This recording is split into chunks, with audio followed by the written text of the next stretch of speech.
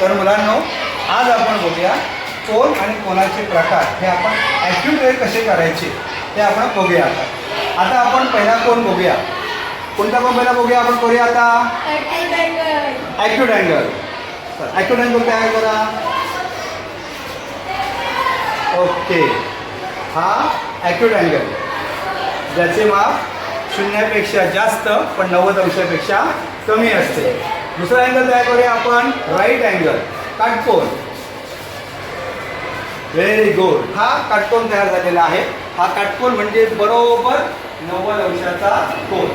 बरोबर आहे, काटकोन म्हणजे किती? 90 अंशाचा कोन. यानंतर करूया आपण ऑब्ट्यूस अँगल. ऑब्ट्यूस अँगल म्हणजे बरोबर विशाल कोन. ज्या कोनाचे माप, तर हा आपण ऑब्ट्यूस अँगल तयार केलेला आहे. ऑब्ट्यूस अँगल म्हणजे 90 अंशापेक्षा जास्त आणि 180 अंशापेक्षा कमी. आता बघूया आपण straight angle. Straight angle, straight angle म्हणजे किती अंशाचा कोन? बरोबर 180 अंशाचा कोन. हा तयार झालेला आपला स्ट्रेट अँगल 180 डिग्रीचा.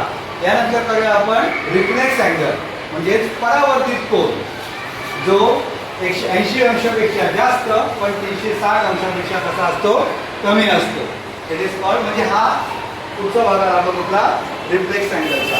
ओके, आता करूया आपण कंप्लीट अँगल, पूर्ण कोन. बरोबर हा किती असतो? बरोबर 360 अंशाचा कोन असतो. किती अंशाचा असतो? 360 अंशाचा कोन. असे हे कोनाचे विविध प्रकार आहेत, ते आपण ॲक्टिव्हिटीद्वारे पाहिलेले आहेत.